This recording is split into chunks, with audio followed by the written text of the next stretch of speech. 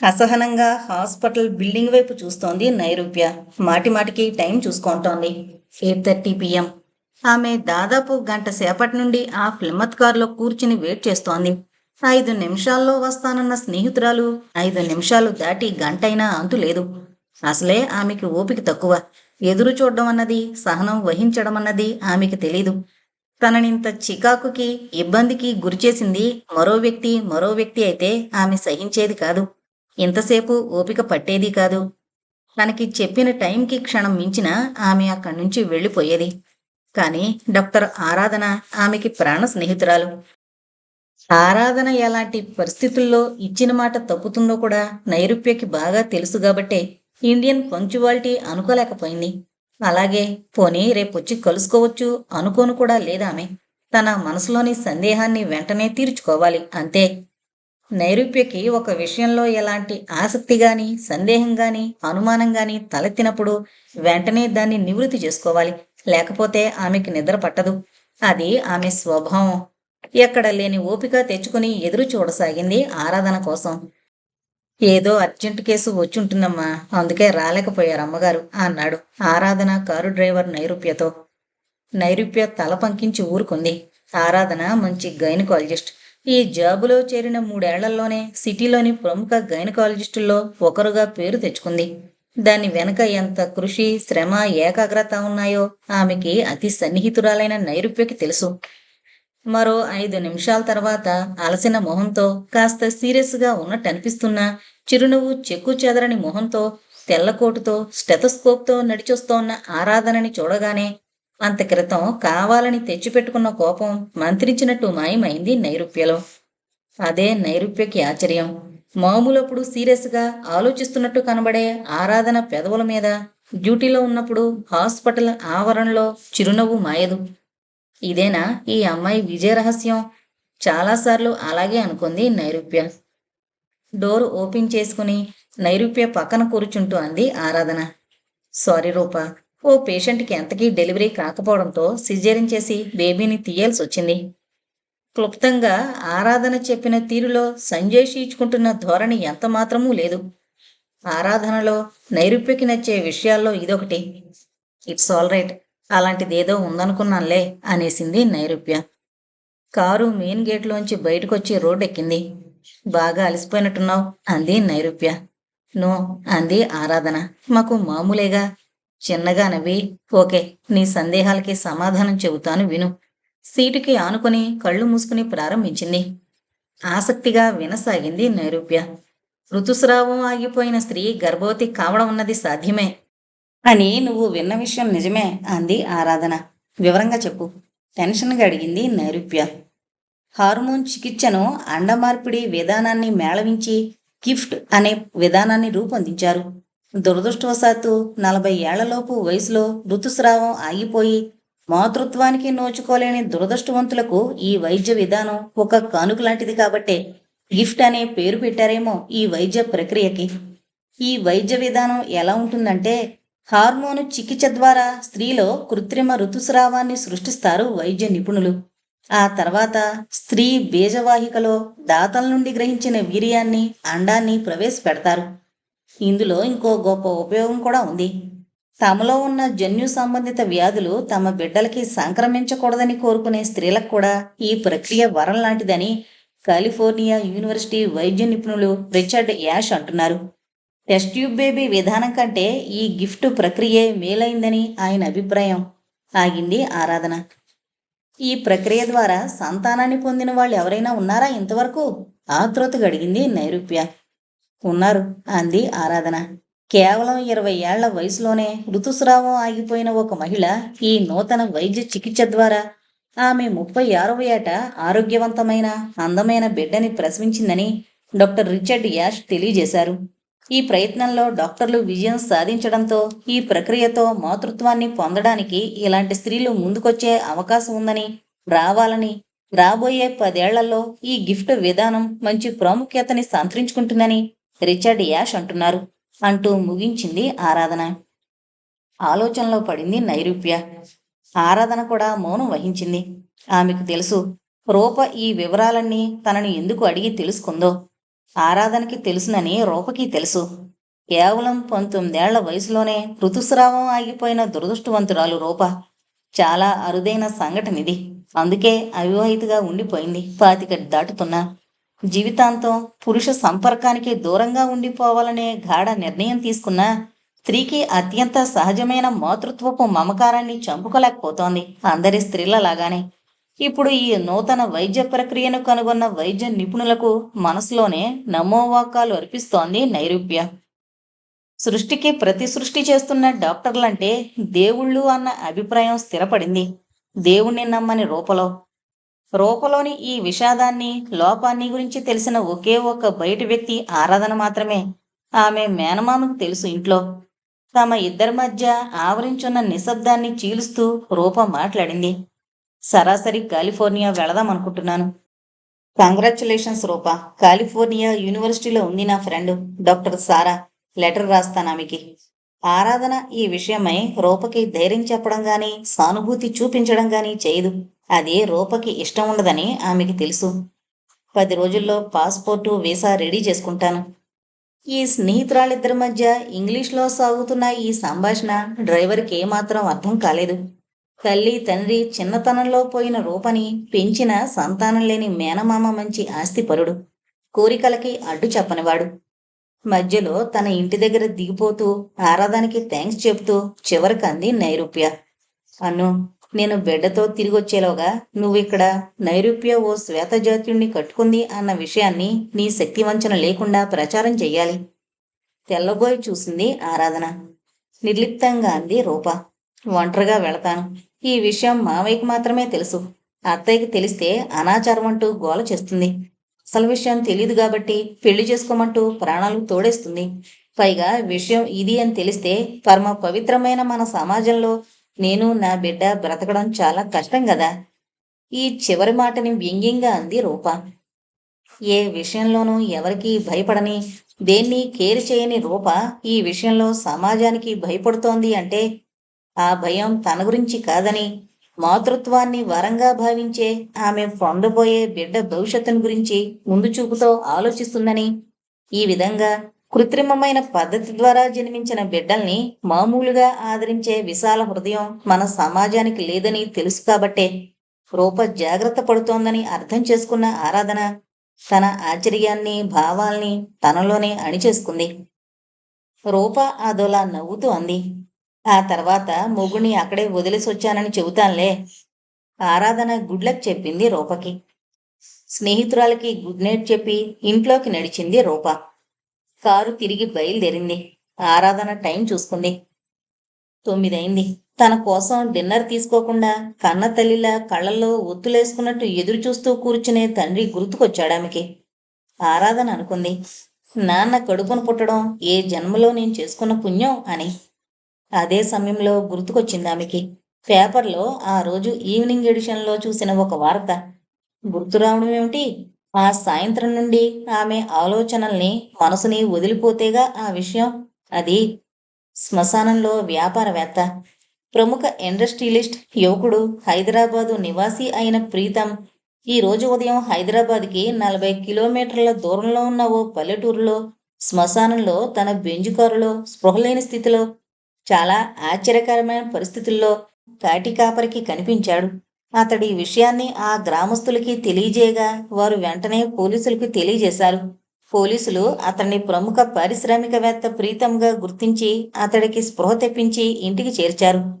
శ్రీ ప్రియతం అలాంటి విచిత్రకరమైన పరిస్థితుల్లో కనబడ్డానికి కారణం ఏంటన్న విషయానికి పోలీసులు ఏమీ సమాధానం చెప్పలేకపోవడమే గాక, దీన్ని గురించి ప్రశ్నించిన విలేకరితో సమాజంలో గౌరవనీయమైన స్థానంలో ఉన్న ప్రీతంకి సంబంధించిన ఈ వార్తని పత్రికల్లో ప్రచురించవద్దని ఓ పోలీసు ఉన్నతాధికారి అన్నారు.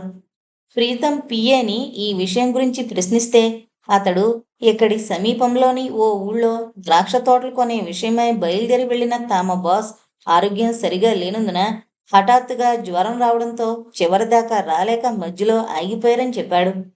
నిజానికి ప్రీతంకి డ్రైవర్ వెంట లేకుండా ఎక్కడికి వెళ్లే అలవాటు లేదని తెలిసింది. ద్రాక్ష తోటలు కొనే విషయమై ప్రియతం స్వయంగా బయలుదేరి వెళ్ళాడు అన్నది చాలా విచిత్రంగా ఉంది. అంతకంటే విచిత్రం అర్ధరాత్రి అతడు తిరిగి బయలుదేరడం. మొత్తానికి మా విలేకరి సేకరించిన ఈ కథనం చాలా ఆసక్తిదాయకంగా ఉంది. బాక్స్ ఐటమ్గా వచ్చింది ఈ వార్త. డాక్టర్ వినోద్ పేపర్లోని ఈ వార్తని ఆరాధనకి చూపించి, ఎంతైనా మీ ఫియాన్సీ బిజినెస్ మ్యాన్ కదా, శ్మశానంలో దెయ్యాలతో భూతాలతో ఏదైనా కొత్త బిజినెస్ ప్రారంభించే విషయమై అగ్రిమెంట్ కోసమో చర్చల కోసమో వెళ్ళాడేమో, జోక్ చేస్తున్నట్టుగా అన్న ఆ మాటల్లోని వ్యంగ్యాన్ని ఆరాధన పసిగట్టకపోలేదు. అతడొక్కడే కాదు, మిగతా స్టాఫ్ కూడా పేపర్ పట్టుకుని ఒక చోట చేరి గుసగుసలాడడం, తనని చూసి ఆపేయడం గమనించి ఆరాధన చాలా డిస్టర్బ్ అయింది. అంతేకాదు, ప్రీతం గురించి అలా చులకనగా ఎవరు మాట్లాడినా ఆమెకి బాధ అనిపిస్తుంది. ఆమె హృదయంలో ముళ్ళు గుచ్చుకున్నట్టుగా అనిపిస్తుంది. సాయంత్రం నుండి వీళ్ళంతా తనని చూసి జెలసీ ఫీల్ అవుతారని ఆరాధనకి తెలుసు. ఆ విషయాన్ని గురించి ఆమె ఎప్పుడూ పట్టించుకోదు కూడా. ఆరాధన ఆ సాయంత్రం నుండి ఆలోచిస్తోంది. ప్రియతం ఎందుకు అలా చేశాడు? అతడి పిఏ మాటలు నిజమేనా? వినోద్ అడిగింది. మీ ఫియాన్సీ డ్రింక్ చేస్తారా బాగా అని ఆరాగా. తనకి ఆ విషయం గురించి పూర్తిగా తెలియకపోయినా ప్రీతం కంపెనీ కోసం అంటూ ఎప్పుడైనా ఏ పార్టీల్లోనో తీసుకోవడం మాత్రం తెలుసు. కాబట్టి అతడు తాగి ఒళ్ళు తెలియని పరిస్థితుల్లో శ్మశానంలో చిక్కుకుపోయి ఉంటాడన్న విషయాన్ని తను నమ్మదు.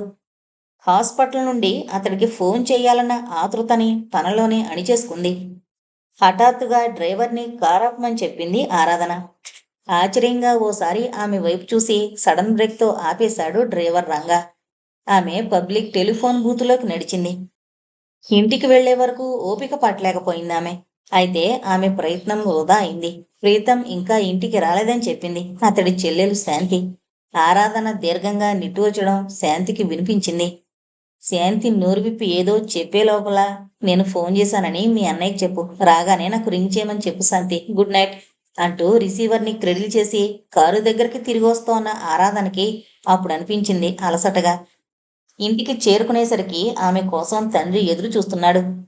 ఇంత ఆలస్యమైందేం తల్లి అడిగాడాయన. విషయం చెప్పింది ఆరాధన.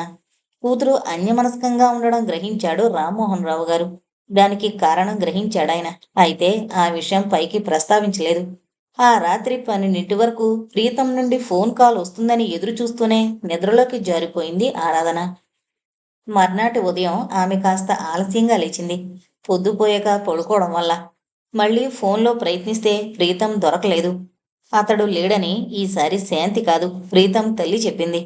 నిరాశగా ఫోన్ పెట్టేసిందామె.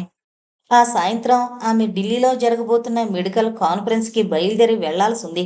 తిరిగి రావడానికి అంత లేదన్నా 5-6 రోజులు పట్టొచ్చు. నిరాశగానే ఫ్లైట్ ఎక్కిందామె ఆ సాయంత్రం. చివరిసారిగా కూడా ఎయిర్పోర్ట్ నుండి ప్రియతంతో మాట్లాడడానికి ప్రయత్నించి విఫలురాలైందామె. ఇంట్లో, ఫ్యాక్టరీలో, మరే ఆఫీసులోనూ అతడు ఆమెకి దొరకలేదు. అప్పుడు ఆమెకు తెలియదు, తను తిరిగి వచ్చేసరికి ఇక్కడ కొన్ని విపరీతమైన మార్పులు, నిర్ణయాలు జరిగిపోతాయని. తెలీదు కాబట్టే నిరాశగానే అయినా నిశ్చింతగా వెళ్ళిపోయిందామె. అంతకు ముందు రోజు రాత్రి ఆరాధన ప్రీతం కోసం ఫోన్ చేసి తనేదో చెప్పేలోగా ఫోన్ పెట్టేయడంతో నిరాశ చెందిన శాంతి ప్రీతం ఇంటికి రాగానే ఆరాధన ఫోన్ చేసిన విషయం చెప్పింది. అయితే ఎప్పటిలా ఆరాధన పేరు వినగానే అతడి కళ్ళు మెరవలేదు. నిర్లిప్తంగా విని వెళ్ళిపోయాడు. శాంతి దీర్ఘంగా నిట్టూర్చి ఆలోచనలో పడింది. ఆరాధన ఎందుకు ఫోన్ చేసి ఉంటుందో శాంతికి తెలుసు. ఆ రోజు పేపర్లో వార్త తను చదివింది శాంతి. ఆరాధనకి పేపర్ చూసే అలవాటుందని ఆమెకు తెలుసు. అయితే పేపర్లో వచ్చిన వార్త నిజమైనప్పటికీ ప్రీతం అలా స్పృహ తప్పి శ్మశానంలో పడుండడం అది తొలిసారి కాదు, అది 3వసారి. అతడలా ఎందుకు వెళుతున్నాడో, ఆ స్థితిని ఎందుకు కల్పించుకుంటున్నాడో శాంతికి అర్థం కాలేదు. ఈ విషయం గురించి ప్రశ్నిస్తే అతడు పెదవి విప్పడం లేదు. ఇంట్లో ఎవరి మొహంలో చూసినా భయం, విషాదం తాండవిస్తున్నాయి. అతడి రాత్రి కూడా వెళతాడా? ఇంత గోలయ్యి నలుగురికి తెలిసాక కూడా ఈ రాత్రి మేలుకొని చూడాలనుకుంటోంది శాంతి. ఆలోచించి మనం చేయగలిగింది ఏముందే, ఏదో ఆవహించింది వాణ్ణి. ఆవేదనగా దుఃఖంతో పూడుకుపోతున్న కంఠంతో అంది శారదమ్మ. తల్లివైపు చూసింది శాంతి. ఏడ్చి ఏడ్చి ఆమె మొహం పీకుపోయింది. దీర్ఘంగా నిట్టూరుస్తూ లేచి తన గదిలోకి నడిచింది శాంతి. ఈ రాత్రి ఎలాగైనా మేలుకొని అన్నయ్యని గమనించాలి. వీలైతే అతడికి అడ్డుపడాలి. గట్టిగా అనుకుంటున్న శాంతి 3 రోజుల క్రితం రాత్రిని గుర్తు తెచ్చుకుంది. తమ ఇంటి ఆవరణలో నుండి కారు బయటికి వెళ్లిన చప్పుడు మామూలు చప్పుడు కాదు. ఎంతో దూకుడుగా వెళ్ళిన చప్పుడుకి ఉలిక్కిపడి లేచి కూర్చుంది మంచి నిద్రలో ఉన్న శాంతి. అదే సమయంలో వికృతంగా వినిపించిన తీతు అరుపుకి త్రుళ్ళిపడింది ఆ అమ్మాయి. క్రమంగా కారు చప్పుడు దూరమైన ఆ తీతువు అలా అరుస్తూ ఉండిపోయింది. అంత క్రితమే లేచి విండో తలుపు తీసి చూద్దామా అనుకున్న శాంతి ఈ క్షణంలో ఆ ప్రయత్నం మానేసింది. కారణం తీతువు. దాని అరుపులంటే ఆమెకెక్కడలేని అసహ్యం, భయం. చిన్నతనం నుండి అంతే. తీతువు అరుపులు దూరమయ్యాక లేచి మంచినీళ్లు తాగింది. అప్పుడు సమయం 12 గంటలు. అప్పుడు ఆలోచించసాగింది శాంతి. ఎవరు ఈ అర్ధరాత్రి ఇంట్లో నుండి బయటకు వెళ్ళింది? ఆ అవకాశం ఎవరికుంది? అన్నయ్య. ఎక్కడే ఉండే అతడి పిఏ మామయ్య. ఈ ముగ్గురికి తప్ప ఇంకెవరికీ బయటికి వెళ్లే అవసరం, అవకాశం లేవు. అన్నయ్య. అతడు ఇంటికి రావడమే ఒక్కోసారి 12 అవుతుందేమో గాని 12 దాటాక ఇల్లు కదిలే అలవాటు లేదు. అది తనకి చెప్పకుండా. ఏదైనా అవసరమైతే తల్లి ఆరోగ్యం అంత బాగుండదని అన్నయ్య లేపేది మొదట తననే. కాబట్టి అన్నయ్య అయి ఉండడు. ఇకపోతే అన్నయ్య పిఏ తమకి దూరపు బంధువైన ఇతణ్ణి ఈ మధ్య కొత్తగా తీసుకున్నాడు అన్నయ్య. దాదాపు 2 నెలల నుండి తమ గెస్ట్ హౌస్లోనే ఉంటున్నాడు. విజయవాడలో ఉన్న ఫ్యామిలీని తెచ్చుకుని 10 రోజుల్లో వెళ్ళిపోతాడు.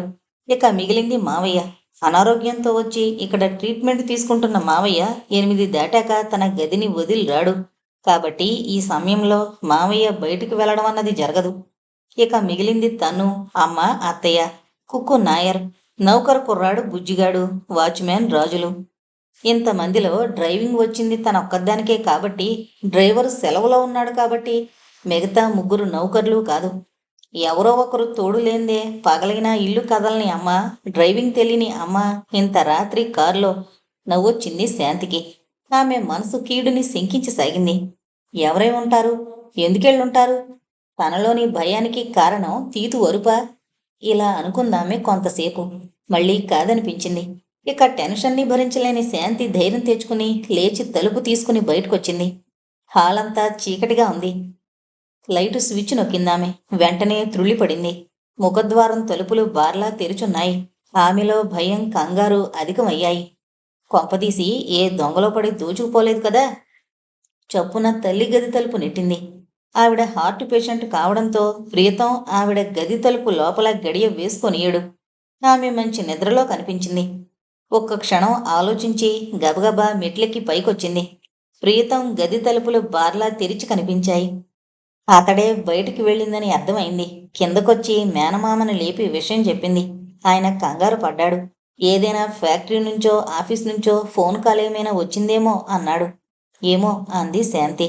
ఇంతలో శారదమ్మ లేచొచ్చింది. విషయం విని భయపడిందామె. వీళ్ళందరి కంగారుకి కారణం అర్ధరాత్రుళ్ళు ఇల్లు కదిలే అలవాటు ప్రియతంకి లేకపోవడమే. ఎంత అవసరమైనా అది చెప్పకుండా వెళ్ళడం. ఈ సందడికి లేచొచ్చిన నాయర్తో ప్రియతం పిఏని పిలుచుకురమ్మని చెప్పాడు ప్రియతం మేనమామ హరిశ్చంద్రరావు. ప్రియతం పిఏ ఈ పూట భోజనానికి రాలేదని, అతడు ఇంటికే వచ్చినట్టు లేదని చెప్పాడు నాయర్. అతడు వెళ్ళి వాచ్మ్యాన్ని పిలుచుకునొచ్చాడు. మెయిన్ గేటు తాళాలు అతని దగ్గర ఉంటాయి కాబట్టి తమకి నిద్రాభంగం కలుగుతుందని ఎవరినీ లేపకుండా విషయం అతడికి చెప్పి వెళ్ళుంటాడని భావించారు. కానీ వాచ్మెన్ చెప్పిన మాట విని అంతా తెల్లబోయారు. అసలు బాబుగారు నన్ను లేపలేదమ్మా. గ్యారేజ్లోంచి కారు బయటకు తెస్తున్న చప్పుడుకి నిద్రపట్టక కొట్టుకులాడుతున్న నేను పరిగెత్తుకొచ్చి గేటు తీశా.